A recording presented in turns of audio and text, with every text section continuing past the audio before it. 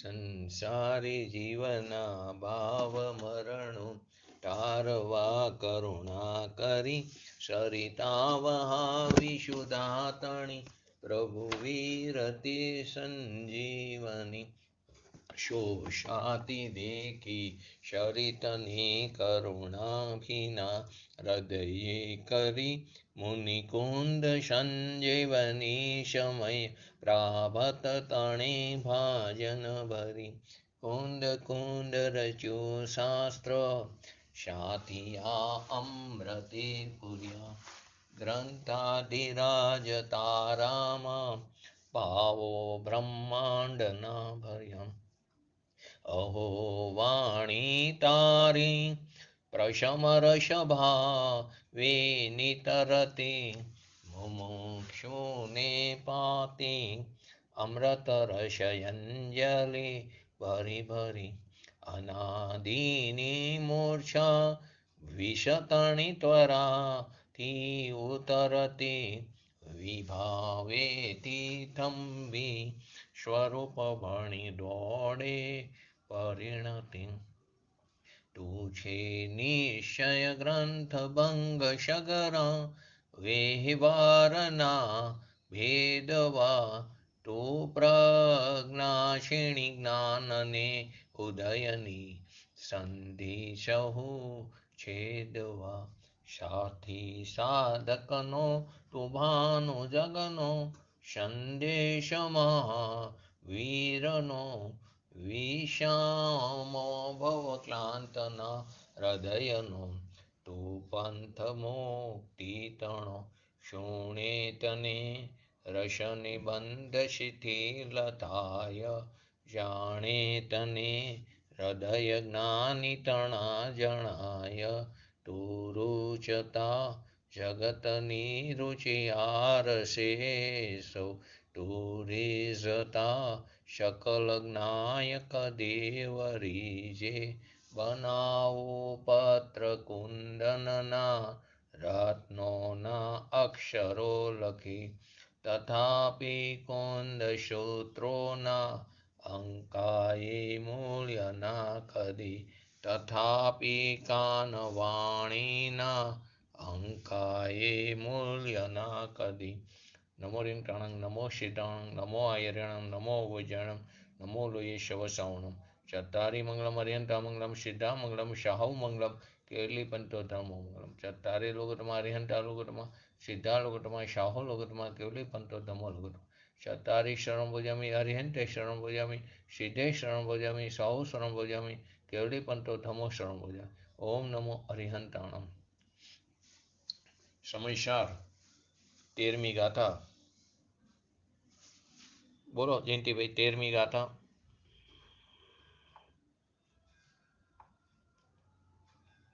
તેરમી ગાથા.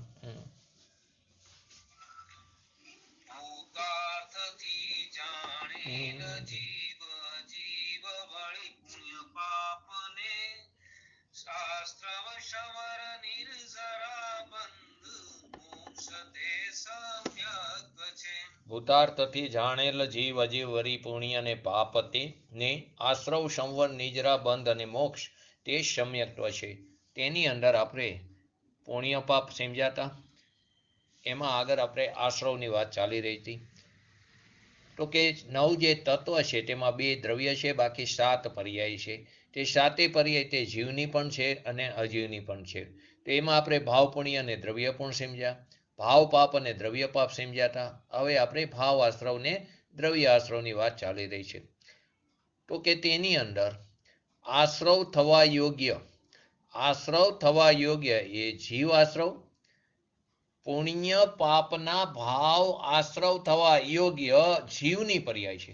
પુણ્ય પાપના ભાવ જે ઉત્પન્ન થાય તે ભાવ એ પુણ્ય પાપના ભાવ એ ભાવ આશ્રવ થવા યોગ્ય તે જીવની પર્યાય છે. અને થવા યોગ્ય જીવ ભાવ તેને જીવ કીધો. અને સાથે આશ્રવ કરનારમાં પુણ્યનો એટલે પૂર્વનો ઉદય, પૂર્વના કર્મનો ઉદય, આશ્રવ કરનારમાં પૂર્વના કર્મનો ઉદય જે છે, જે વર્તમાન આશ્રવ થયો તે તેમાં નિમિત્ત પડે છે. વર્તમાન આશ્રવ જે થયો, જે અત્યારે વર્તમાનમાં આશ્રવ થયો, પુણ્ય પાપના ભાવ થયા, તેમાં તે નિમિત્ત પડ્યો. કયો? તો કે પૂર્વનો ઉદય. પૂર્વનો ઉદય જે છે, આશ્રવ કરનાર એટલે પૂર્વનો ઉદય જે છે તે અત્યારે જે વર્તમાન આશ્રવ થયા તેમાં તે નિમિત્ત પડે છે, અને વર્તમાન આશ્રવ તે તેના નૈમિતિક થયા. ફરી વાર, આશ્રવ કરનાર એમાં પૂર્વના કર્મનો ઉદય, પૂર્વનો જે ઉદય જે છે તે અત્યારે જે વર્તમાન આશ્રવ પુણ્ય પાપના ભાવ થયા, તો પૂર્વનો ઉદય તે દ્રવ્ય કર્મ થયું, અને વર્તમાનમાં અત્યારે જે આશ્રવ થયા પુણ્ય પાપ આદિ શુભાશુભ ભાવ, તે ભાવ કર્મ. તો તે ભાવ કર્મ નૈમિતિક થયું અને દ્રવ્ય કર્મ નિમિત્ત થયું. એટલે કે જે વર્તમાન આશ્રવ થયા તેમાં તે નિમિત્ત પડે છે, તેને આશ્રવ કરનાર એવો આરોપ કરવામાં આવ્યો. તેને શું કહેવામાં આવ્યું? આશ્રવ કર્યો એમ, આશ્રવ કરનાર એવો આરોપ કર્યો. તો આ એક ભાવ આશ્રવ થયું અને એક દ્રવ્ય આશ્રવ થયું. પૂર્વનો ઉદય જે છે, જે વર્તમાન આશ્રવ થવામાં જે નિમિત્ત પડ્યું બન્યું, તે દ્રવ્ય આશ્રવ, અને જે વર્તમાન આશ્રવ થયો પુણ્ય પાપ આદિ જે શુભાશુભ ભાવ કે જેવી યોગ્યતા છે, એ યોગ્યતા જીવની પર્યાય છે, તે ભાવ આશ્રવ થયો. ભગવાન આત્માની પર્યાયમાં યોગ્યતા છે તે બતાવે છે. ભાવ આશ્રવ જે છે તે ભગવાન આત્માની પર્યાયમાં એવી જ યોગ્યતા છે કે પુણ્ય પાપ આદિ શુભાશુભ ભાવ થાય એવી એની એ સમયની પર્યાયની યોગ્યતા છે. તત્સમયની વર્તમાન પર્યાયની યોગ્યતા, જે પુણ્ય પાપ આદિ શુભાશુભ ભાવ થાય છે તે સમયની વર્તમાન પર્યાયનો જન્મક્ષણ છે, તેને પૂર્વ પર્યાયની પણ અપેક્ષા નથી. પણ યોગ્યતામાં નિમિત્ત એક બીજી વસ્તુ છે. યોગ્યતામાં પૂર્વના કર્મનો ઉદય તે નિમિત્ત છે. તે પૂર્વનો જે ઉદય થયો, પરનું જે લક્ષ્ય થયું તે નિમિત્ત થયું. જેમ પુણ્ય પાપનું નિમિત્ત કીધું, એમ બેને સાથે લઈને આશ્રવને પૂર્વના ઉદયને, જે પૂર્વનો ઉદય છે તેને અજીવ આશ્રવ કીધું, પૂર્વના ઉદયને અજીવ આશ્રવ કીધું, અને અહીં જે ભાવ થયો આપણી અંદર આત્માની પર્યાયમાં જે શુભાશુભ ભાવ થયા તેને ભાવ આશ્રવ કહેવામાં આવ્યું. બે મળીને જીવ અને અજીવ બે કહેવામાં આવ્યું, એક ભાવ આશ્રવ અને એક દ્રવ્ય આશ્રવ. એ રીતે આશ્રવ પુણ્ય પાપમાં નિમિત્ત છે. આશ્રવ જે છે તે પુણ્ય પાપમાં નિમિત્ત છે, તેમ સંવર નિદ્રામાં પણ આશ્રવ નિમિત્ત છે. આશ્રવ જે છે તે પુણ્ય પાપમાં નિમિત્ત છે અને સંવર નિદ્રામાં પણ નિમિત્ત છે. તેમાં નિમિત્તનો અભાવ થાય છે ને. સંવર નિદ્રામાં શું થાય? નિમિત્તનો અભાવ થાય છે, અને જ્યાં બંધ પડે ત્યાં શું થાય? સદભાવ છે. તો પુણ્ય પાપમાં આશ્રવ નિમિત્ત છે, તેવી રીતે સંવર નિદ્રામાં પણ નિમિત્ત છે, ત્યાં નિમિત્તનો અભાવ થાય છે. એકલા નાયક ભગવાન આત્માનો આશ્રય લઈ આપણે એકલા ભગવાન આત્મા એટલે કે સ્વરૂપનો આશ્રય કરી છે, એમાં નવ તત્વનો ભેદ રહેતો જ નથી. એમાં નવ તત્વની આ પરિપાટીનો ભેદ ત્યાં રહેતો નથી. પહેલા તો નવની સિદ્ધિમાં જ અત્યારે બધા વિરોધ કરી રહ્યા છે. તો કે કર્મનો જેવો ઉદય આવે તેવો વિકાર કરવો પડે. અત્યારે એવી માન્યતા ચાલી રહી છે અન્ય જૈન મતમાં, કર્મનો જેવો ઉદય આવે તે પ્રકારે આપણને રાગદ્વેષ આદિ વિકારી પરિણમન થાય છે. તો ખરેખર તો એનો અર્થ શું થયો કે આપણી જે પર્યાય થઈ શુભાશુભ ભાવની પર્યાય થઈ, તો આપણી પર્યાય આપણા આધીન ન રહી તો આપણે પરતંત્ર થઈ ગયા ને. આપણી સ્વતંત્રતા સિદ્ધ નહીં થાય, પર્યાયની સ્વતંત્રતા સિદ્ધ નહીં થઈ, એ કોઈને આધીન થઈ ગઈ. તો કે કર્મનો ઉદય આવ્યો માટે મને શુભાશુભ ભાવ થયા એમ નથી. કર્મનો ઉદય આવ્યો તે નિમિત્ત છે, અને આ જે શુભાશુભ ભાવ થયા આત્માની પર્યાયમાં એ આત્માની પર્યાયની યોગ્યતા છે. તો એ નૈમિતિક છે, એક નિમિત્ત નૈમિતિક સંબંધ છે, જે વ્યવહાર છે. ખરેખર તો તે સમયની પર્યાયની યોગ્યતા છે. તો આ જો વિચારી તો પર્યાય આપણે આધીન રહી નહીં, તે પરને આધીન થઈ ગઈ. જેવા કર્મ આવે એવું કરવું પડે, અને કરે એવા બંધાય. જેવા કર્મ આવે તે પ્રકારે અમારે રાગદ્વેષ કરવા પડે, અને જેવા રાગદ્વેષ કરે એવો અમને બંધાય. તો બંધાય એવો ઉદય આવે, બંધાય એવો પાછો ઉદય આવે તો પાછા અમારે એની હારે જોડાવવું પડે. તો આ ચક્ર ચાલુ ને ચાલુ રહે. જીવ ક્યારેય મુક્ત દશાને પ્રાપ્ત ન થાય. ફરી વાર શું વિપરીત માન્યતા કરી રહ્યા છે જીવ? જેવા કર્મ આવે એવા અમારે ભાવ કરવા પડે, એવું કરવું પડે. આપણને રાગ દ્વેષ થાય તો કે કર્મનો ઉદ્દેશ છે, શું કરી એવો અમને રાગ થાય છે. ખરેખર તારી પોતાની નબળાઈ છે. તે સમયની પર્યાયની યોગ્યતા છે, ખરેખર તો એ પર્યાયની સ્વતંત્રતા છે. પરંતુ જો તું સ્વનો આશ્રય કરીશ, તને જો સ્વનો મહિમા આવશે તો રાગદ્વેષની ઉત્પત્તિ જ નહીં થાય. તો કે જેવો કર્મ આવે તેવું કરવું પડે, અને કરે તેવું બંધાય. અને જેવો રાગદ્વેષ કરી એ પ્રકારે દ્રવ્ય કર્મ બંધાય છે, અને જેવો બંધાય છે એવું પાછું ઉદય આવે છે, તો ઉદય આવે તો પાછું અમારે કરવું પડે છે. તો આ સાયકલ ચાલુ ને ચાલુ રહે છે. ખરેખર એમ નથી. એમાં જોડાવું કે ન જોડાવું એટલું આપણે કરી શકીએ છીએ.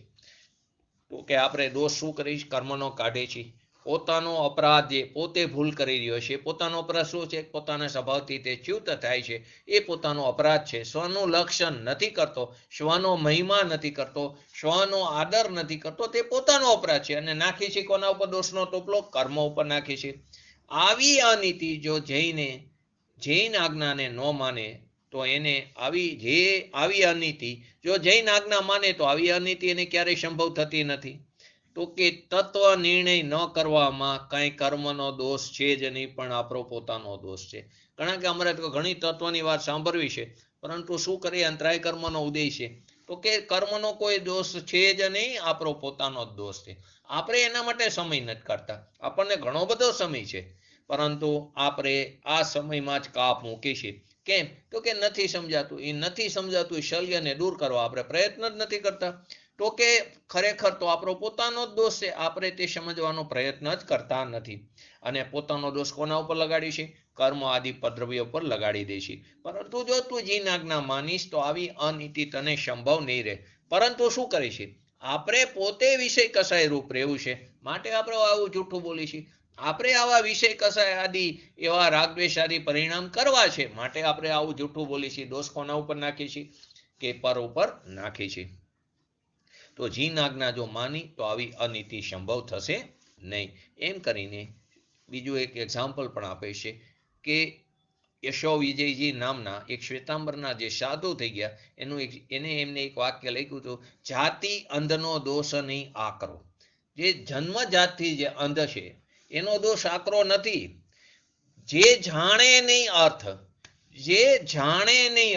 એટલે કે એ જે જાતિ અંધ છે, જે જાતિ જન્મજાતિ અંધ છે, તે શું અર્થ જાણે?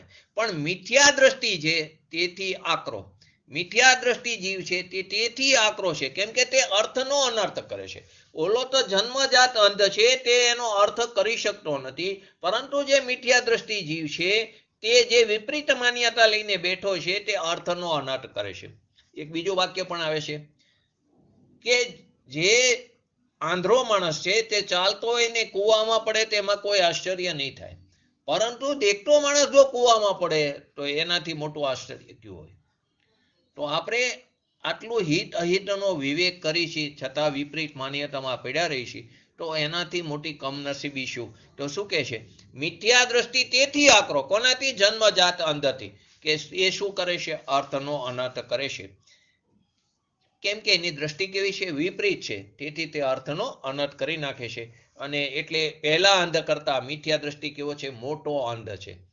ઓલા અંધ કરતા મિથ્યા દ્રષ્ટિ મોટો અંધ છે. માટે મિથ્યા દ્રષ્ટિને આકરો કીધો, તે અર્થનો અનર્થ કરે છે. આપણી વાત જે ચાલે છે આશ્રવની, તો આશ્રવ થવા યોગ્ય તે જીવ, તે એની એ પર્યાયને જીવની પર્યાય કીધી. અને આશ્રવ કરનારમાં પૂર્વના કર્મનો ઉદય લીધો. પૂર્વનો ઉદય, તે ઉદયને અજીવ કીધું. પૂર્વનો જે ઉદય છે તેને અજીવ કીધું, અને તેને અજીવ આશ્રવ કહેવામાં આવ્યું. આવનારા છે તે નહીં. આશ્રવ બે છે. એક પૂર્વનો આશ્રવનો ઉદય થયો, પૂર્વના કર્મનો ઉદય થયો, અને એક નવા આવી રહ્યા છે. નવા આવે છે એની વાત નથી. પૂર્વનો જે ઉદય છે તે ઉદયને અહીંયા અજીવ આશ્રવ કીધું.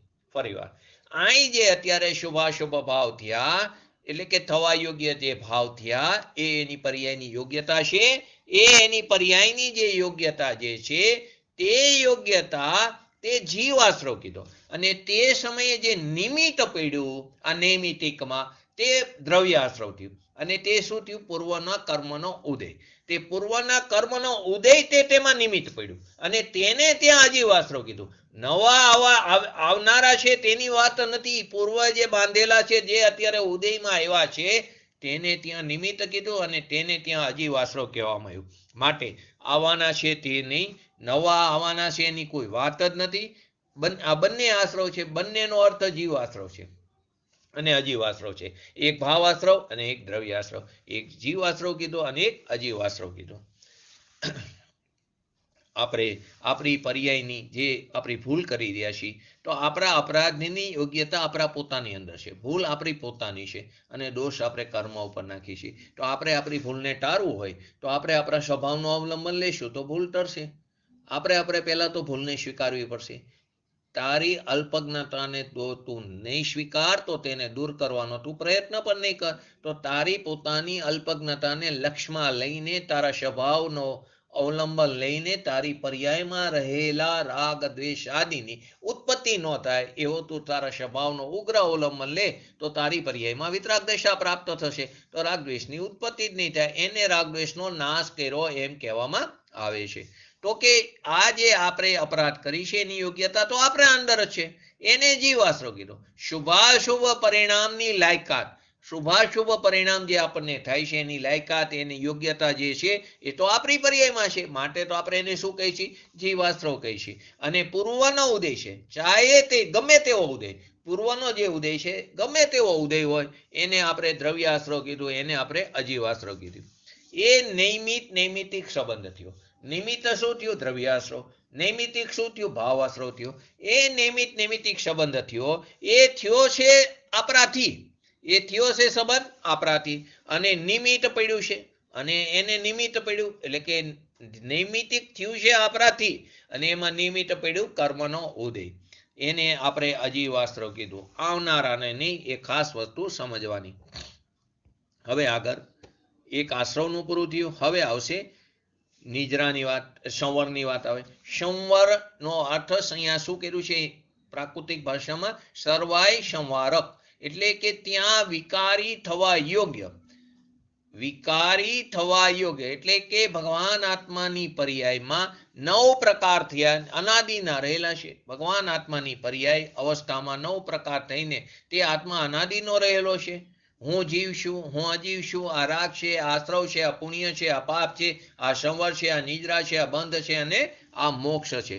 તો કે જેટલી પ્રકૃતિનો અંશ નથી આવતો, જેટલી પ્રકૃતિનો અંશ આવતો નથી એને સંવર કીધું.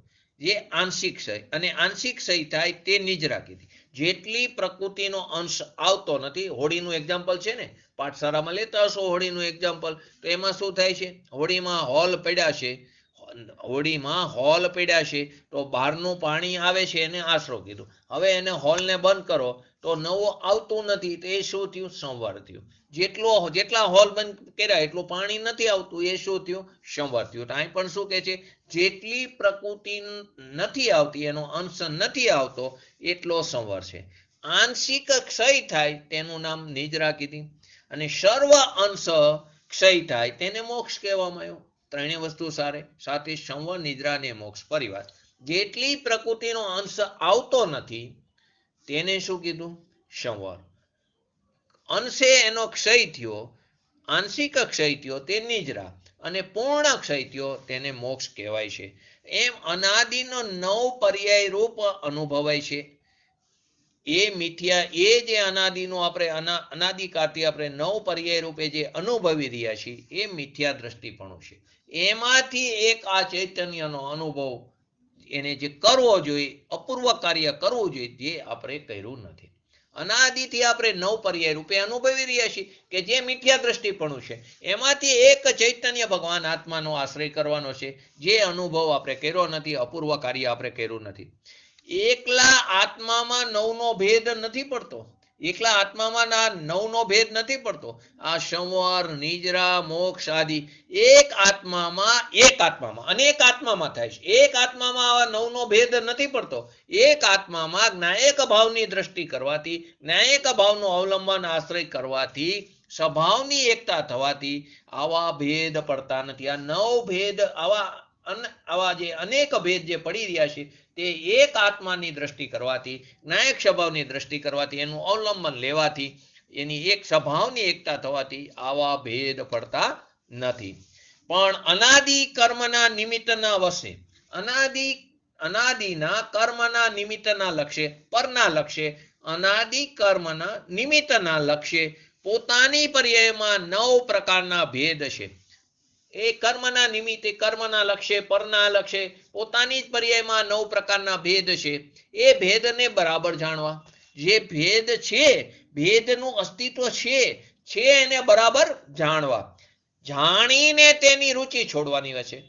એટલે કે જ્ઞેયપૂર્વક હે છે. કેવું છે? જ્ઞેયપૂર્વક હે.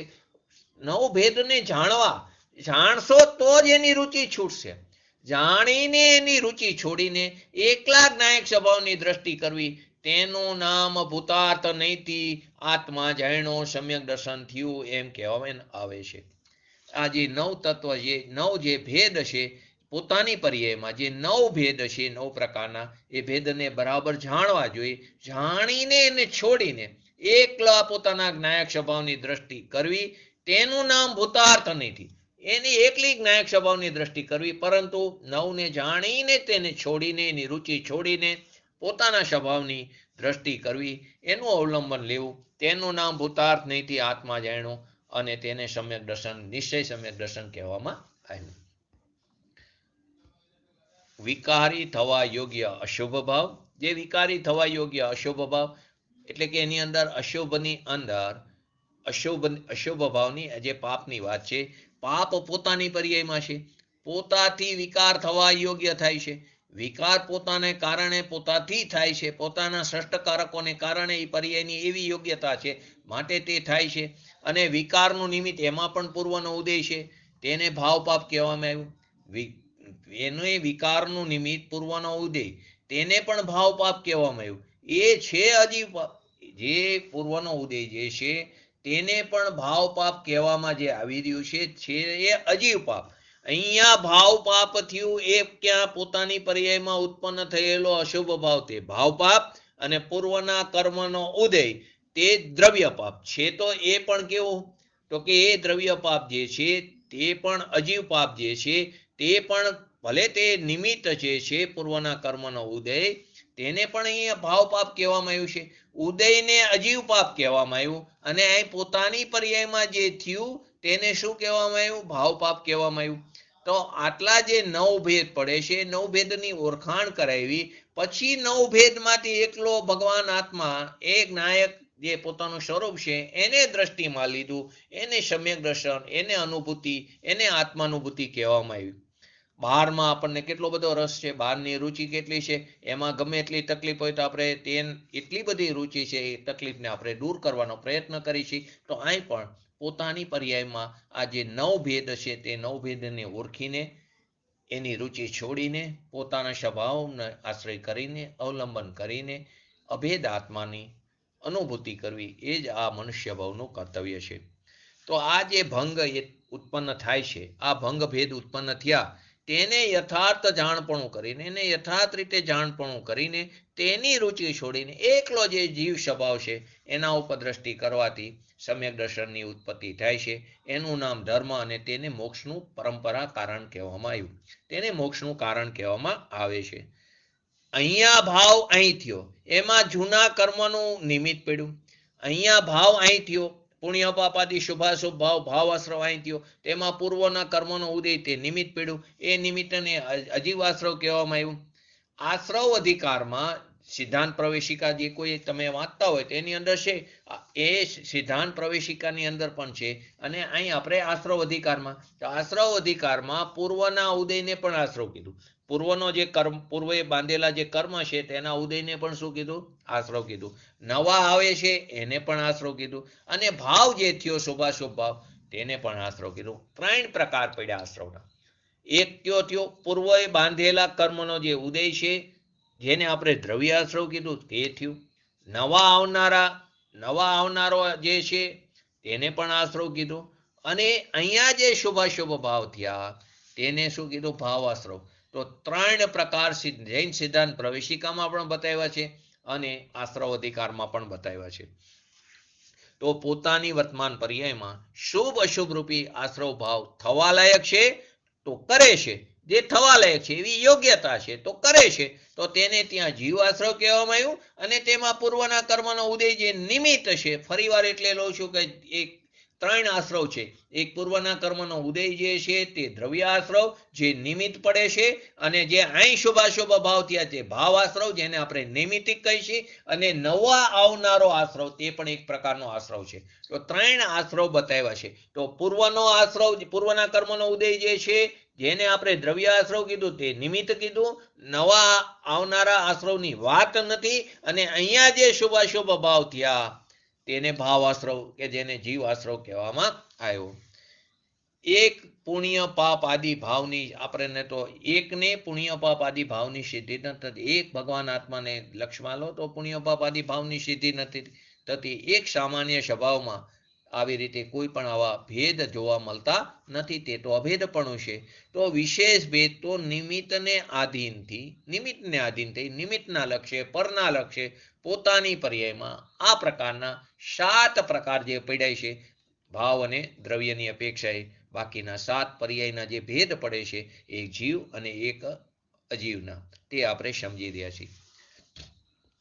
સંવર થવા યોગ્ય જે વાત ચાલી રહી છે, પોતાની પર્યાયમાં સંવરરૂપ થવા યોગ્ય લાયકાત જીવની પર્યાયમાં છે. સંવરરૂપ થવા યોગ્ય અને સંવર કરનાર, બધામાં આ રીતે શબ્દો આવશે. સંવરરૂપ થવા યોગ્ય એટલે પોતાની પર્યાયની યોગ્યતા છે, જેને આપણે ભાવ સંવર કહીશું. પોતાની પર્યાયમાં સંવરરૂપ થવાની યોગ્યતા લાયકાત જીવની પર્યાયમાં છે, માટે તેને શું કીધું? ભાવ સંવર. એને સરવાય એટલે કે સંવર થવા યોગ્ય. સરવાય શબ્દ શું છે? સંવાર્ય એટલે કે સંવર થવા યોગ્ય. પોતાની પર્યાયમાં તે સમયે એની યોગ્યતા છે, એની લાયકાત છે, તો તેને શું કહેવામાં આવ્યું? સંવાર્ય એટલે કે સંવર થવા યોગ્ય. સંવર થવા યોગ્ય એટલે કે તે ભાવ સંવરની વાત કહેવામાં આવી. પોતાની પર્યાયમાં સંવર થવા યોગ્ય. આશ્રવનો અભાવ થયો ને, નવા આશ્રવ નો આવ્યા. એ આશ્રવ નો આવ્યા, આશ્રવ નો આવતું અટકવું, તો આશ્રવ નો આવતું અટકવું એનું નામ તો સંવર કીધું. તો કે આશ્રવ નો આવતું અટકવું એટલે કે પોતાની પર્યાયમાં સંવર થવા યોગ્ય આશ્રવ નો અભાવ. સંવર એટલે કે આશ્રવ નું ન આવવું, તો સંવર પોતાની પર્યાયમાં સંવર થવા યોગ્ય શું થયું? આશ્રવ નું ન આવવું એટલે કે આશ્રવ નો અભાવ. એ આશ્રવ નો અભાવ થવા યોગ્ય પોતાની યોગ્યતા પોતાનામાં પોતાને કારણે થાય છે. એ આશ્રવનો અભાવ થવા યોગ્ય પોતાની પર્યાયની લાયકાત છે, પોતાની પર્યાયની યોગ્યતા છે, અને પોતાની પર્યાયની યોગ્યતાથી તે પોતાનામાં પોતાને કારણે થાય છે. એને અહીં આપણે શું કીધું? સંવાર્ય. સંવાર્ય નામ એટલે સંવર થવા લાયક. સંવાર્ય નામ એટલે સંવર થવા લાયક. પોતાની પર્યાય સંવર થવા લાયક છે, તેને અહીંયા જીવ સંવર કીધું, અથવા તો તેને ભાવ સંવર કહેવામાં આવ્યું. અને બીજું સંવર કરનાર. બીજો હવે ભેદ છે, જે દ્રવ્ય સંવર છે, અજીવ સંવર છે, તો તેને સંવર કરનાર એટલે કે જૂના કર્મ સંવરમાં નો આવ્યા. જૂના કર્મ આવતા અટકા, નવાની વાત નથી. અહીં પણ જૂના કર્મ સંવરમાં નો આવ્યા. જૂના કર્મ અહીં આવ્યા નહીં, એ ઉદયમાં નો આવ્યા, એટલે કે તેની નિજરા થઈ ગઈ. જૂના કર્મ અહીંયા સંવરમાં નો આવ્યા એટલે કે સંવર ઉત્પન્ન થયો. જૂના કર્મ નો આવ્યા ઉદયમાં, તો અહીંયા સંવર ઉત્પન્ન થયો. જૂના કર્મના નિમિત્તનો પણ એટલો અભાવ. આગળ આપણે આવ્યું ને, સંવર અને નિદ્રામાં નિમિત્તનો અભાવ. સંવર, નિદ્રા અને મોક્ષમાં આગળમાં શું આવ્યું? નિમિત્તનો સદભાવ આવ્યો. અહીં નિમિત્તનો અભાવ પણ એક નિમિત્ત છે. તો કે જૂના કર્મ સંવરમાં નો આવ્યા એટલે કે સંવર ઉત્પન્ન થયો, એટલે કે જૂના કર્મના નિમિત્તનો પણ એટલો અભાવ જે થયો તેને અહીંયા અજીવ સંવર કહેવામાં આવ્યો. જૂના કર્મના નિમિત્તનો અભાવ થયો, એ ઉદયમાં નો આવ્યા, તો તેને ત્યાં અજીવ સંવર કહેવામાં આવ્યું. પૂર્વના ઉદયનો એટલો અભાવ થયો, પૂર્વનો જે ઉદય છે એનો અહીંયા અભાવ થયો. આશ્રવનો આવતું અટકવું, જેને આપણે સંવર કહીએ છીએ, તો એટલે પૂર્વના ઉદયનો એટલો અભાવ થયો, એને અહીંયા અજીવ સંવર કહેવામાં આવ્યું. એકમાં ન ઉત્પન્ન થતા, તો નિમિત્તને આધીન અથવા તો નિમિત્તને આધીન થવાથી, અથવા તો નિમિત્તના સદભાવ કે અભાવથી, બંને વસ્તુ આવશે.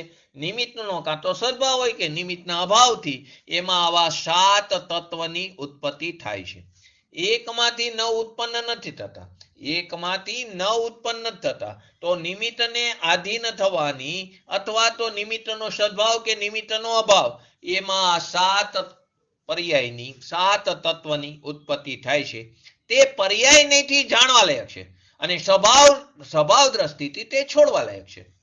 ફરીવાર, એકમાંથી આ ન ઉત્પન્ન થતા, એ તો શેને કારણે થાય? નિમિત્તને આધીન. તો નિમિત્તને આધીન થવાથી, અથવા તો નિમિત્તનો સદભાવ હોય અથવા તો નિમિત્તનો અભાવ હોય, તો નિમિત્તનો સદભાવ અથવા નિમિત્તના અભાવથી એમાં આવા 7 તત્વની ઉત્પત્તિ થાય છે. તેને પર્યાય દ્રષ્ટિથી એટલે કે પર્યાય નહીંથી જાણવા લાયક છે, અને સ્વભાવની દ્રષ્ટિમાં સ્વભાવનું અવલંબન લઈ સ્વભાવની દ્રષ્ટિમાં તે છોડવા લાયક છે, પર્યાયથી જાણવા લાયક છે, પર્યાય દ્રષ્ટિથી જાણવા લાયક છે, દ્રવ્ય દ્રષ્ટિથી તે છોડવા લાયક છે. તો સંવર થવા યોગ્ય, તો કે સંવર થવા યોગ્ય એટલે કે એની પર્યાયમાં સંવર થવા યોગ્ય લાયકાત પડી છે, પર્યાયની અંદર એવી યોગ્યતા પડી છે, જેને આપણે જીવ સંવર કીધું. તેમાં પૂર્વના કર્મનો ઉદય એટલો અભાવ રૂપે નિમિત્ત થયો, પૂર્વના કર્મનો ઉદય એટલો અભાવ રૂપે નિમિત્ત થયો. આગળ સદભાવ રૂપે નિમિત્ત હતો, અહીં સંવરમાં પૂર્વના કર્મનો ઉદય એટલો ત્યાં અભાવ રૂપે નિમિત્ત થયો, જેને અજીવ સંવર કહેવામાં આવ્યું. ઉદયનો એટલો અભાવ, ઉદયનો એટલો અભાવ, નવા આવવાની અહીં પણ વાત નથી. ઉદયનું એટલું નિમિત્ત ન થવું, ઉદયનું એટલું નિમિત્ત ન થવું, તેને અહીંયા અજીવ સંવર કહેવામાં આવ્યો. ઉદયનું એટલું નિમિત્ત ન થવું એટલે કે નિમિત્તનો અભાવ, તેને અહીંયા અજીવ સંવર કહેવામાં આવ્યું. તો અહીં દ્રવ્ય સંવર અને ભાવ સંવર બંનેની વાત આવી. ફરીવાર, સંવર થવા યોગ્ય જીવની પર્યાયને સંવાર્ય કહેવામાં આવ્યું. સંવર થવા યોગ્ય જીવની પર્યાય એટલે કે જીવની પર્યાયની યોગ્યતા, જીવની પર્યાયની લાયકાત, તેને શું કહેવામાં આવ્યું? સંવાર્ય, અથવા તો તેને ભાવ સંવર અથવા તો તેને જીવ સંવર કહેવામાં આવ્યું. અને પૂર્વના ઉદયને અજીવ સંવર કહેવામાં આવ્યું અથવા તો દ્રવ્ય સંવર કહેવામાં આવ્યું. બંને સંવર છે, એક ભાવ સંવર અને એક દ્રવ્ય સંવર. આ બાજુ જીવ સંવર, આ બાજુ અજીવ સંવર. આમ અહીંયા નિમિત્ત નૈમિત્તિક સંબંધ છે. આ બંને વચ્ચે કેવો છે? નિમિત્ત નૈમિત્તિક. આ બધામાં નિમિત્ત નૈમિત્તિક સંબંધ આવ્યો. તો નવ તત્વ કઈ રીતે ઉત્પન્ન થયા તે આચાર્ય એમની શૈલીમાં બતાવ્યું. એમાંથી એકલા આત્માની દ્રષ્ટિ કરવી, તેનું નામ જીવ ભૂતાર્થને જાણવા. એનું નામ જીવ ભૂતાર્થને જાણ્યો, અને તે જ સમ્યક દર્શન છે, તે જ આત્માનુભૂતિ છે, અને તે જ વિતરાગ દશા છે.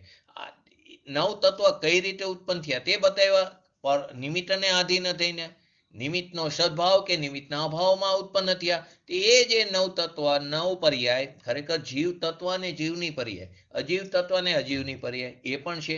પરંતુ અહીં મુખ્યત્વે અત્યારે સાતની વાત છે. તો કે જે સાત તત્વ તે કઈ રીતે ઉત્પન્ન થયા આ પર્યાય, એમાંથી એકલા આત્માની દ્રષ્ટિ નવમાંથી કાઢવી, એનું નામ શું છે? સમ્યક દર્શન, આત્માનુભૂતિ કહેવામાં આવી. અજીવમાં જેટલું ભાવ સંવરમાં નિમિત્ત થયું તેને અજીવ સંવર કહેવામાં. અજીવ રોકાણા એની, નથી આવ્યા એની. અજીવની અંદર રોકાણા એની, નવા આવ્યા અને રોકાણા એની વાત નથી. નથી ઉદયમાં આવ્યા, જેનો અભાવ છે એને અજીવ સંવર કહેવામાં આવ્યું. પૂર્વના ઉદયને જ અજીવ સંવર કીધું છે. અહીં સંવર કર્યો ને, અહીં જે સંવર થયો, અહીં પોતાની પર્યાયમાં સંવર થયો, તેની અંદર શું થયું? પોતાની પર્યાયમાં જે અહીં અત્યારે સંવર થયો, નવા જે પૂર્વના કર્મ ઉદયમાં ન આવ્યા, તે ભાવ સંવર થયો, અને તે સમયે એ પોતાના એટલે કે નવા આશ્રવ ન થયો, એટલે કે એ સંવર થયો પોતાની પર્યાયમાં, અને તે સમયે પૂર્વનો કર્મનો ઉદય ન થવો એટલે કે એનો અભાવ જે થયો, તેને અજીવ સંવર એટલે કે તેને દ્રવ્ય સંવર કહેવામાં આવ્યું. જે રીતે આપણે પુણ્ય અને પાપને સમજાતા તે રીતે.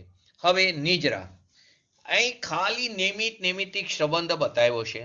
નિમિત્ત નૈમિત્તિક સંબંધ જે વ્યવહાર છે તેને તોડીને, એ સંબંધને તોડીને વ્યવહારને એનો અભાવ કરવાનો. અભાવ એટલે તેના ઉપરથી દ્રષ્ટિ હટાવીને નિશ્ચયમાં જવાનું છે. તો તેને તોડીને એકલા જ્ઞાયક સ્વભાવની દ્રષ્ટિ કરવી, તેનું નામ સમ્યક દર્શન કહેવામાં આવ્યું છે. નિમિત્ત નૈમિત્તિક સંબંધ, નિમિત્ત નૈમિત્તિક સંબંધ છે. જે ભાવ છે પોતાની પર્યાયમાં જે થાય છે તે નૈમિત્તિક છે, અને તે સમયે જે નિમિત્ત છે કાં તો સદભાવ રૂપે કાં તો અભાવ રૂપે. સંવર નિદ્રામાં અભાવ રૂપે છે, સંવર નિદ્રા મોક્ષમાં આગળ તે સદભાવ રૂપે છે. તો જે અહીંયા ઉદય છે, પૂર્વનો કર્મનો ઉદય, નવા આવે છે એની વાત નથી. પૂર્વના કર્મનો જે ઉદય છે અથવા તો તે આવતા અટકે છે, તે બધું શું થયું?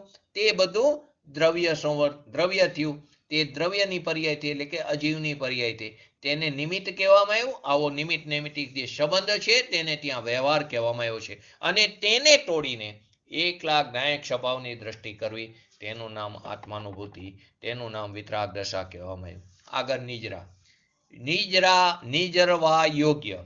નિજરામાં નિર્જરવા યોગ્ય. નિજરાના ત્રણ પ્રકાર પડે છે. બોલો, ઘણા ગુરુદેવના ઘણા પ્રવચનોમાં આવે છે કે આ 3 પ્રકાર થાય છે.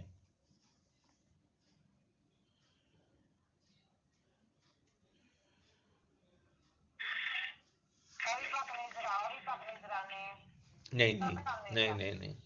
નિજરામાં 3 પ્રકાર, એ તો બધી વાત બરાબર, એ ભેદ પડે. બોલો, 3 પ્રકારની નિજરા થાય છે.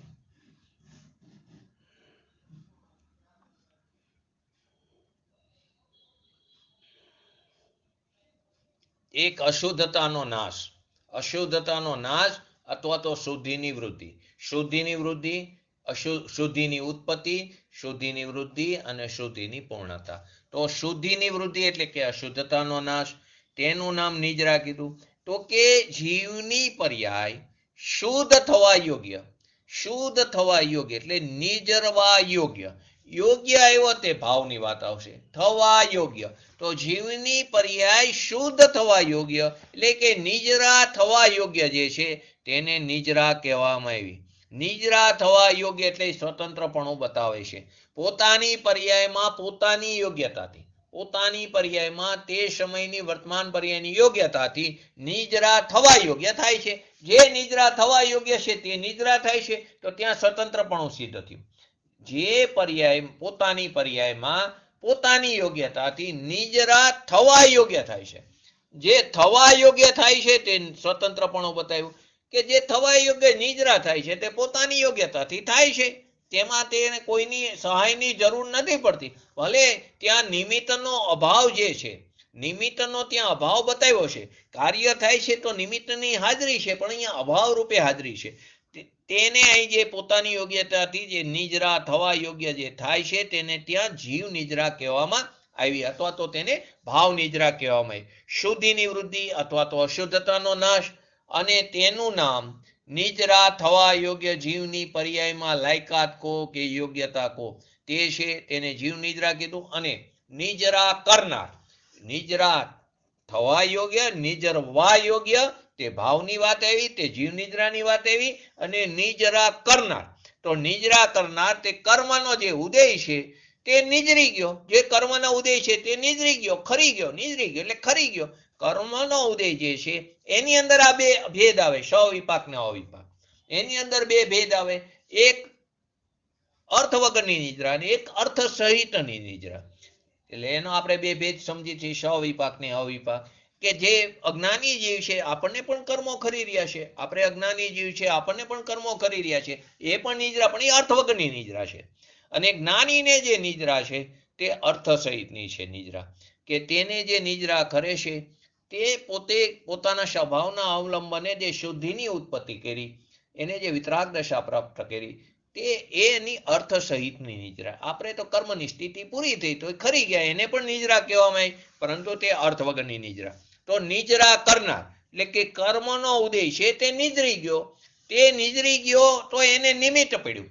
એને નિમિત્ત, નિજરી ગયો એટલે અભાવ થયો, તેને નિમિત્ત કહેવામાં આવ્યું. તો નિમિત્ત પડ્યું તેને એટલે કે નિજરી ગયું, તેને અજીવ નિજરા કીધી, અથવા તો તેને દ્રવ્ય નિજરા કહેવામાં આવી. ભાવ નિજરા અહીંથી પોતાની પર્યાયમાં, અને બાર કર્મનો ઉદય જે નિજરી ગયો, ખરી ગયો, તેને અજીવ નિજરા અથવા તો દ્રવ્ય નિજરા કહેવામાં આવી.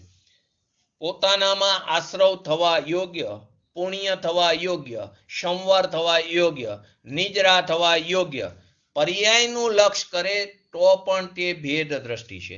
ફરીવાર આ સમજવા જેવું છે. હવે આ વસ્તુ તો સમજ્યા આપણે, નિજરા સુધી આવી ગયા. સંવર, નિજરા, આગળ બંધ અને મોક્ષ પણ આવશે. તો બધામાં જ્યાં એવું પોતાનામાં આશ્રવ થવા યોગ્ય એટલે પોતાના જ ભાવની વાત છે, જીવની પર્યાયની વાત છે.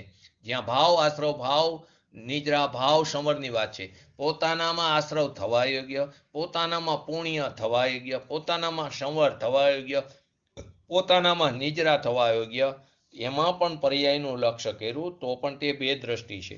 તો તેનું પણ લક્ષ્ય છોડીને એકલા જ્ઞાયક સ્વભાવની દ્રષ્ટિ કરવી, તેનું નામ નિશ્ચય સમ્યક દર્શન કહેવામાં આવ્યું. તો ભગવાન આત્મા પોતાની પર્યાય, પોતાની અવસ્થામાં પુણ્ય થવા યોગ્ય, પાપ થવા યોગ્ય, આશ્રવ થવા યોગ્ય, સંવર થવા યોગ્ય, નિજરા થવા યોગ્ય, બંધ થવા યોગ્ય, મોક્ષ થવા યોગ્ય, એ 7 પર્યાય થવા યોગ્ય પોતાની પર્યાયમાં છે. પણ એ પર્યાયમાં પૂર્વના કર્મનું નિમિત્ત ગણીને, પૂર્વના કર્મનું નિમિત્ત ગણીને તેમાં 7 ભાવ ત્યાં પણ લીધા, અહીં 7 ભાવ લીધા પોતાની જીવની પર્યાયમાં, અને ત્યાં પણ 7 ભાવ લીધા. ફરીવાર ભગવાન આત્મા પોતાની પર્યાયમાં પોતાની અવસ્થામાં બધી વસ્તુ લો, પુણ્ય થવા યોગ્ય, પાપ થવા યોગ્ય, આશ્રવ થવા યોગ્ય, સંવર થવા યોગ્ય, નિદ્રા થવા યોગ્ય, બંધ થવા યોગ્ય અને મોક્ષ થવા યોગ્ય. તો તે એ 7 જે છે એ પર્યાય થવા યોગ્ય પોતાની પર્યાયમાં, એટલે કે તે ભાવની વાત કરી, પર્યાય જે થવા યોગ્ય છે તે પોતાની પર્યાયમાં છે. પરંતુ એ પર્યાયમાં જે થવા યોગ્ય પોતાની પર્યાય છે એમાં એ પર્યાયમાં પૂર્વના કર્મનું નિમિત્ત ગણીને, પૂર્વના કર્મનું નિમિત્ત સદભાવ કે અભાવ રૂપે તેને ગણીને તેમાં 7 ભાવ ત્યાં લીધા. એ નિમિત્ત નૈમિત્તિક સંબંધનું લક્ષ્ય કરવું તે વ્યવહાર છે. એ નિમિત્ત નૈમિત્તિક સંબંધનું લક્ષ્ય કરવું તે વ્યવહાર છે. તેનો આશ્રય છોડીને એકલા જ્ઞાયક સ્વભાવની દ્રષ્ટિ કરવી, પોતાના અભેદનો આશ્રય કરો, તેનું નામ નિશ્ચય સમ્યક દર્શન કહેવામાં આવ્યું. એને પણ ત્યાં વ્યવહાર કીધો. એ જે છે બંને પ્રકારના, એમાં નિમિત્ત નૈમિત્તિક સંબંધનું લક્ષ્ય થયું ભાવ અને દ્રવ્ય વચ્ચે.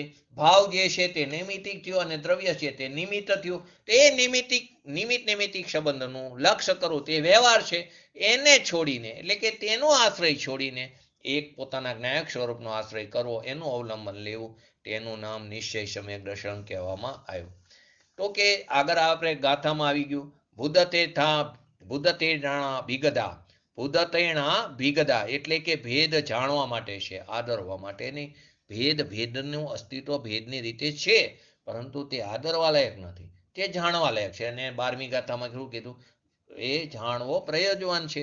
તો ભેદ જાણવા માટે છે, આદરવા નહીં. છે તો છે, ભેદ છે તો છે, પણ એ ભેદ છે તે અભેદમાં લઈ જવા માટે. જે ભેદ છે તો છે, પણ જે ભેદ છે એ અભેદમાં લઈ જવા માટે આચાર્યએ આપણને બતાવ્યા છે. અને એકાકાર જ્ઞાયક જે સ્વરૂપ છે એ જે સામાન્ય શુદ્ધ નહીંનો વિષય છે, પરમ શુદ્ધ નહીંનો વિષય છે, પરમ પ્રણામિક ભગવાન આત્મા જે પરમ શુદ્ધ નહીંનો વિષય છે એનો આશ્રય કરીને, ભેદનો આશ્રય એનું લક્ષ્ય છોડીને આ પરમ પ્રણામિક ભગવાન આત્મા કે જે પરમ શુદ્ધ નહીંનો વિષય છે તેનું લક્ષ્ય, એનો આશ્રય કરીને એના ઉપર દ્રષ્ટિ કરવી, તેનું નામ સમ્યક દર્શન કહેવામાં આવ્યું. પછી ભેદ રહ્યા, પરંતુ તે જાણવા લાયક છે. પછી ભેદ રહ્યા, તે જાણવા લાયક રહી ગયા. પછી ભેદ છે, નથી એવું નથી. ભગવાન આત્મામાં ભેદ છે, તે ભેદાભેદ સ્વરૂપ છે. ભેદ પણ છે, પરંતુ એ ભેદ કેવા છે? જાણવા લાયક. જ્ઞાન છે, દર્શન છે, ચારિત્ર છે, આદિ ભેદ છે. એનામાં અનંત ગુણો છે, પરંતુ તે કેવા થયા? જાણવા લાયક રહી ગયા. આદરવા લાયક તો અનંત ગુણમય, અનંત ગુણોનો ધરનાર એક પોતાનો ભગવાન આત્મા છે. તે એક જ અભેદ આત્મા, એને જ આશ્રય, એનું અવલંબન લેવાથી વિતરાગ દશાની પ્રાપ્તિ થાય છે. વ્યવહાર છે, થશે નહીં. આમાં ઘણો ભેદ છે. વ્યવહાર છે, થતો નથી. વ્યવહાર છે જ, વ્યવહાર થતો નથી. વ્યવહાર અંદર પડેલો જ છે, થશે નહીં.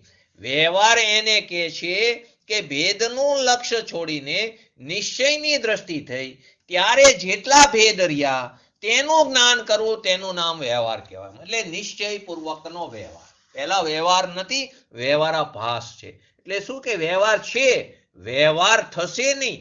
વ્યવહાર છે જ, વ્યવહાર નવો ઉત્પન્ન નથી થતો. વ્યવહાર કોને કીધો? કે ભેદનું લક્ષ્ય છોડીને જેટલા પણ ભેદ છે તે ભેદનું લક્ષ્ય, ગુણ ભેદ, પર્યાય ભેદ, કોઈ પણ પ્રકારના ભેદ હોય, ભેદનું લક્ષ્ય છોડીને એક નિશ્ચયની દ્રષ્ટિ થઈ તો ત્યારે જેટલા ભેદ રહ્યા, પછી પણ ભેદ તો છે, આગળ એવું ભેદ જાણવા લાયક રહી ગયા, તો જેટલા ભેદ રહ્યા જાણવા લાયક, એટલે કે તેનું જ્ઞાન કરવું, એને અહીંયા વ્યવહાર કીધો. નિશ્ચય વિના વ્યવહાર ક્યાંથી આવ્યો? અહીંયા સિદ્ધિ થાય. નિશ્ચય પછી જ વ્યવહાર હોય છે. નિશ્ચય પહેલા વ્યવહાર નથી હોતો. તો છે, વ્યવહાર છે, નવો ઉત્પન્ન નથી થતો, પરંતુ તે ક્યારે જાણવામાં આવશે? કે નિશ્ચયની દ્રષ્ટિ થઈ પછી જેટલા ભેદ રહ્યા એ ભેદ રહ્યા તેનું જ્ઞાન કરવું. જાણવું એટલે કે તેનું જ્ઞાન કરવું, એને અહીંયા વ્યવહાર કહેવામાં. એટલે નિશ્ચયપૂર્વક વ્યવહારની સિદ્ધિ થાય છે. ભૂતાર્થનો આશ્રય લેવાથી સમ્યક દર્શન પ્રાપ્ત થયું. અને સમ્યક દર્શન થયું, હવે બીજી રીતે સિદ્ધ કરી છે કે જે પોતાના સ્વભાવનો આશ્રય કર્યો, એટલે કે ભૂતાર્થ આત્માનો આશ્રય થવાથી શું થયું? વિતરાગ દશા ઉત્પન્ન થઈ, આત્માનુભૂતિ થઈ, એટલે કે સમ્યક દર્શન થયું. સમ્યક દર્શન થયું તો શું થયું? ત્યાં સમ્યક શ્રુત જ્ઞાન થયું. સમ્યક દર્શન થયું તો શું થયું? સમ્યક શ્રુત જ્ઞાન ત્યાં ઉત્પન્ન થયું.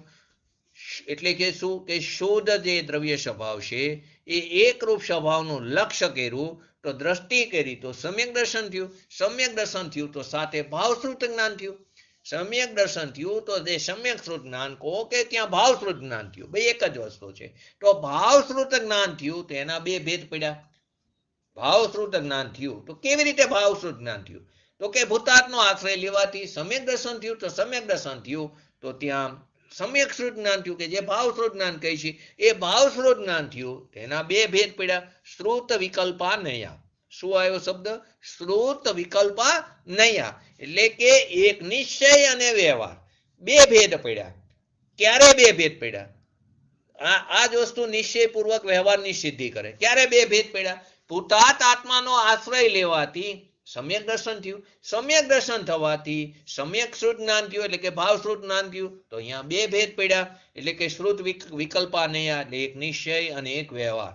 તો શ્રુત જ્ઞાન થયા વિના નિશ્ચય વ્યવહાર હોતો જ નથી. શ્રુત જ્ઞાન જ્યાં સુધી નહીં થાય ભાવશ્રુત જ્ઞાન ત્યાં સુધી નિશ્ચય વ્યવહાર હોતો નથી. અને ભાવશ્રુત જ્ઞાન ક્યારે થાય છે? કે સમ્યક દર્શન થાય ત્યારે થાય છે. ભાવશ્રુત જ્ઞાન સમ્યક દર્શન વગર નથી થતું અને સમ્યક દર્શન સ્વભાવના આશ્રય વગર નથી થતું. તો સૌથી પહેલા તો સ્વભાવનો આશ્રય થવાથી જે આત્માનુભૂતિ વિતરાગ દશા ઉત્પન્ન થાય છે ત્યાં સમ્યક શ્રુત જ્ઞાન ઉત્પન્ન થયું. તો સમ્યક શ્રુત જ્ઞાન થયું તો સમ્યક શ્રુત જ્ઞાન કે ભાવશ્રુત જ્ઞાન થયું તેના બે ભેદ પડ્યા. શ્રુત વિકલ્પાનયા એક નિશ્ચય અને વ્યવહાર. તો અહીં ફરી કહે છે કે એક જે નિશ્ચય અને વ્યવહાર તો શ્રુત જ્ઞાન થયા વિના નિશ્ચય વ્યવહાર ક્યાંથી આવ્યો? લોકો અન્યમાં માને છે નિશ્ચય વ્યવહાર પહેલા હોય છે. તો કે જ્યાં સુધી શ્રુત જ્ઞાન નહીં થાય ત્યાં સુધી કેવી રીતે નિશ્ચય વ્યવહાર આવશે? એકલા રાગની એકતાને વ્યવહાર ક્યાં છે? એકલી રાગની એકતાને વ્યવહાર નથી. આપણે અજ્ઞાની છીએ ને અનાદિકાળથી, તો આપણને શું છે? રાગની એકતા. તો રાગની એકતાને વ્યવહાર ક્યાં કહે છે? અહીંયા નહીં જ નથી તો ક્યાં વ્યવહારની વાત? અહીંયા શ્રુત જ્ઞાન નથી તો અહીંયા વ્યવહાર ક્યાં રહ્યો? એ વ્યવહારાભાસ છે. એકલા રાગાદી છે તેને વ્યવહાર ક્યાં રહ્યો? કેમ કે વ્યવહારની જે છે જે વ્યવહારને અહીંયા સિદ્ધ કર્યો તે તો નિશ્ચયની અપેક્ષા રાખે છે. અહીં વ્યવહારની જે સિદ્ધ થયો એટલે પહેલા નિશ્ચય થાય પછી વ્યવહાર થાય છે. નિશ્ચયની અપેક્ષા રાખે છે. અને એ નિશ્ચયની જ્યારે પોતાના આત્માનો શુદ્ધ અનુભવ થયો, પોતાના આત્માનો અનુભવ થયો એટલે કે એના ઉપર દ્રષ્ટિ થઈ, શુદ્ધ ચૈતન્ય સ્વભાવ ઉપર દ્રષ્ટિ થઈ તો સાથે શ્રુત જ્ઞાન થયું. તો શ્રુત જ્ઞાન થયું તો એમાં બે ભેદ પડ્યા, એક નિશ્ચય અને વ્યવહાર. તો આ રીતે વ્યવહાર નહીં તો નિશ્ચયની અપેક્ષા રાખે છે. અને નિશ્ચય નહીં પોતાના આત્માનો જ્યારે શુદ્ધ અનુભવ થયો એ ક્યારે થયો? કે એનું અવલંબન લીધું ત્યારે, એના ઉપર દ્રષ્ટિ કરી ત્યારે શ્રુત જ્ઞાન થયું. અને શ્રુત જ્ઞાન જે થયું તે પ્રમાણ થયું. શ્રુત જ્ઞાન થયું તે પ્રમાણ થયું. અને પ્રમાણના બે ભાગ અવયવ પડ્યા. પ્રમાણના બે ભાગ અવયવ થયા. એક નિશ્ચય પ્રમાણ અવયવી થયા અને એના બે ભાગ થયા. અને એના ભાગને અવયવ કીધું, એક નિશ્ચય અને એક વ્યવહાર. નિશ્ચય જે છે તે અભેદને જોવે છે અને વ્યવહાર જે છે તે ભેદને જોવે છે.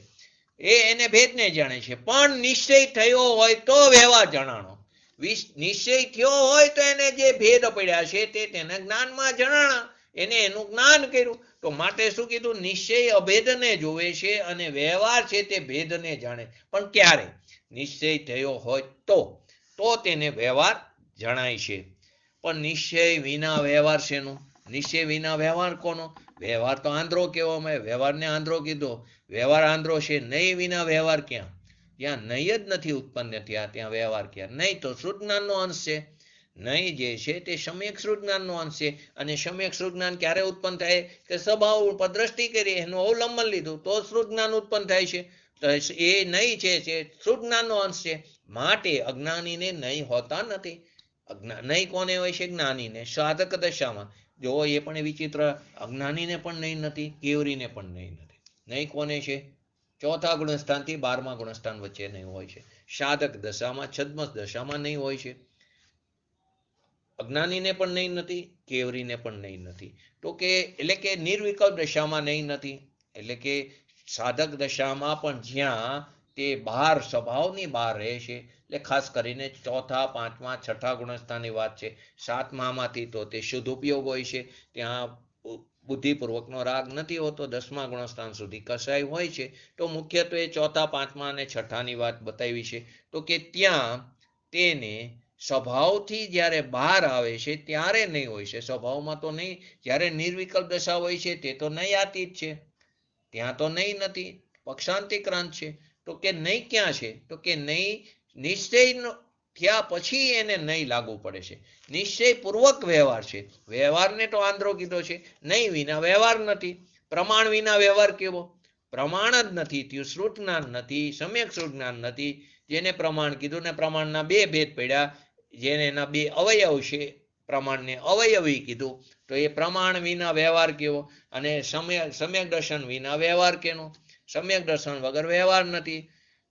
બસ અહીંયા જ મોટી ગરબડ છે કે વ્યવહાર નિશ્ચયની, વ્યવહાર અને નિશ્ચયની છે કે નહીં? તો કે છે, નહીં છે. તો નહીં છે તો તે પ્રમાણનો અંશ છે. અને પ્રમાણનો અંશ છે કે અધરનો અંશ છે? કે નહીં, પ્રમાણનો અંશ છે. અને પ્રમાણ ક્યારે? તો કે સમ્યક શ્રુત જ્ઞાન થાય ત્યારે. સમ્યક શ્રુત જ્ઞાન ક્યારે? તો કે સ્વભાવનું અવલંબન લે. કે સમ્યક દર્શન થાય ત્યારે. સમ્યક દર્શન ક્યારે? તો કે સ્વભાવનું અવલંબન લેતા. તો ત્યાં સુધી આત્માનુભૂતિ ન થાય ત્યાં સુધી નહીં નથી. બસ આ જ અહીં વાત બતાવે છે. ત્રિકારી ભૂતાર્થનો આશ્રય કરવાથી સમ્યક દર્શન થાય છે. સમ્યક દર્શન થયું તો સમ્યક જ્ઞાન થયું, અને સમ્યક જ્ઞાન થયું તો એના બે ભેદ પડી ગયા, નિશ્ચય અને વ્યવહાર. આ ભૂતાર્થનો આશ્રય લીધો તો સમ્યક દર્શન થયું, તો સમ્યક જ્ઞાન થયું, તો સમ્યક જ્ઞાન થયું, તો એના બે ભેદ પડ્યા, નિશ્ચય અને વ્યવહાર. એ વિના નિશ્ચય વ્યવહાર આવે ક્યાંથી? એ વગર નિશ્ચય વ્યવહાર આવતા નથી. નહીંનો અર્થ જ આપણે નહીં ચાલી રહ્યો છે શું છે? શ્રુત વિકલ્પા નયા, એટલે કે શ્રુતનો ભેદ. અને શ્રુત છે તે પ્રમાણ જ્ઞાનનો ભેદ છે. શ્રુત જે છે તે પ્રમાણ જ્ઞાનનો ભેદ છે. શ્રુત પ્રમાણ પણ કહે છે, ભલે તે અંશ છે, જ્ઞાનનો અંશ છે, પણ છે પ્રમાણ કીધો. કેમ? તો કે તે બંનેને જાણે છે, નિશ્ચય અને વ્યવહારને, માટે તેને પ્રમાણ કહેવામાં આવ્યું છે. પ્રમાણનો અંશ શ્રુત જે છે તે જ્ઞાનનો અંશ છે, પણ એને પ્રમાણ કીધું. કેમ પ્રમાણ કીધું? કે તે સ્વને એટલે કે નિશ્ચયને પણ જાણે છે અને ભેદને પણ જાણે છે. તો પ્રમાણને શ્રુત જ્ઞાન કીધું અને પ્રમાણના ભેદને નહીં કીધું. પ્રમાણને શ્રુત જ્ઞાન કીધું કેમ કે તે સ્વને નિશ્ચયને પણ જાણે છે અને તે ભેદને પણ જાણે છે. તો પ્રમાણ, એને પ્રમાણ કીધું, એ પ્રમાણને શ્રુત જ્ઞાન કીધું અને પ્રમાણના ભેદને નહીં કહેવામાં આવ્યું. હવે પ્રમાણ જ અંદર ઉત્પન્ન નથી થયું તો ભેદ ક્યાંથી આવશે? પ્રમાણ જ નથી થયું તો ભેદ ક્યાંથી આવશે? અને પ્રમાણ ક્યારે ઉત્પન્ન થાય? તો કે સમ્યક દર્શન થાય ત્યારે. કેમ? કે સમ્યક દર્શન થાય ત્યારે જ ભાવશ્રુત જ્ઞાન થાય, ત્યારે જ એ પ્રમાણ થાય છે. તો કે સમ્યક દર્શન થાય ત્યારે જ તે પ્રમાણ થાય છે. અને સમ્યક દર્શન ક્યારે થાય? તો કે ભૂતાર્થનો આશ્રય કરવાથી થાય છે. આગળ 413 નંબરની ગાથાનો પૂજ્ય ગુરુદેવશ્રીએ વાત લીધી છે કે જેઓ ખરેખર હું શ્રમણ છું, હું શ્રમણોપાસક છું, એમ દ્રવ્યલિંગમાં મમકાર વડે મિથ્યા અહંકાર કરે છે. ત્રણ વસ્તુ લે છે: અનાદિરૂઢ, વ્યવહાર મૂઢ અને નિશ્ચય મૂઢ. ફરીવાર, એક અનાદિરૂઢ, અનાદિકાળથી ચાલ્યા આવે એને વ્યવહાર મૂઢ મોહી કીધું. એટલે કે વ્યવહાર છે જ નહીં. જ્યાં સુધી નિશ્ચયનો આશ્રય નથી થયો તો વ્યવહાર નથી એને, તો એને ત્યાં વ્યવહાર મૂઢ કહેવામાં આવ્યો. અનાદિનો મિથ્યા દ્રષ્ટિ વ્યવહાર મૂઢ છે. વ્યવહાર છે જ નહીં, એને અહીંયા વ્યવહાર મૂઢ કહેવામાં આવ્યો. તો એક નિશ્ચયમાં અનારૂઢ, એક વ્યવહારમાં મૂઢ અને એક અનાદિ મૂઢ. એક અનાદિનો મિથ્યા દ્રષ્ટિ વ્યવહાર મૂઢ, એક નિશ્ચયમાં અનારૂઢ અને એક અનાદિ રૂઢ. આ ત્રણ બોલની વાત આપણે આવતીકાલે લેશું. તો કે તેની અંદર 413 નંબરની ગાથાનો આધાર આપીને પૂજ્ય ગુરુદેવશ્રીએ સમજાવ્યું છે. ત્રણ પ્રકારના મૂઢને સમજાવ્યા છે. તો એમાં પણ ખરેખર તો આ 9 તત્વની જ વાત આગળ આવે છે કે જ્યાં સુધી નિશ્ચય જ્યાં સુધી નહીં થાય ત્યાં સુધી વ્યવહારની પ્રાપ્તિ નથી થતી. એટલે કે નિશ્ચય પહેલા છે, પછી રાગને અને ભેદને ત્યાં વ્યવહાર બતાવવામાં આવ્યો છે. એ અનાદિ સિદ્ધ સિદ્ધાંત છે, નહીતર તેને અનાદિરૂઢ કીધું. રાગની મંદતાને તમે વ્યવહાર કહો છો તો તે વ્યવહાર મૂઢ છે. તે વ્યવહાર ભાસ કહી છે આપણે, તે ખરેખર વ્યવહાર મૂઢ છે.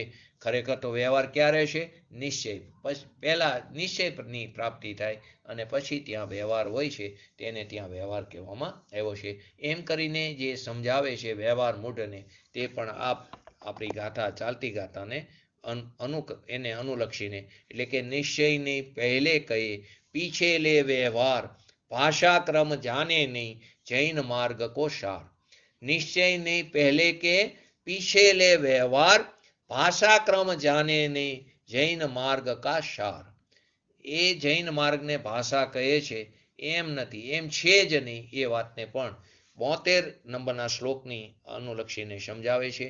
તે બધી વસ્તુ આપણે આવતીકાલે લેશું અને 13મી ગાથા કાલે કદાચ પૂરી થઈ જશે પછી આપણે શ્લોક ઉપર જશું 10 નંબરના। આપણે પણ આપણા આત્માનું લક્ષ્ય કરીને નિશ્ચય સમય દર્શન પ્રાપ્ત કરી એવી પરમ વિરલ ભાવના સાથે આજનું વ્યક્તિત્વ પૂરું કરું છું। બોલો સ્તુતિ બોલો।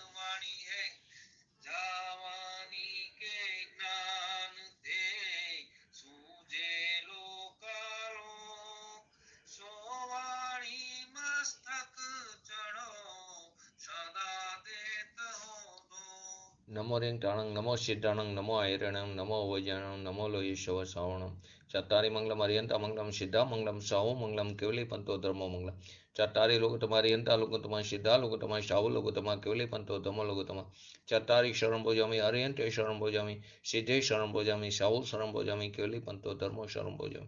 बोलिए श्री पंच परमेष्टि भगवंतोनो जय हो। बोलिए श्री जीनवाणी मातनो जय हो। बोलिए श्री परम पूज्य परम उपकारी सद्गुरु देवनो जय हो। बोलिए श्री प्रसन्न मूर्ति भगवती मातनो जय हो। बोलिए श्री सनातन जैन दिगंबर धर्मनो जय हो।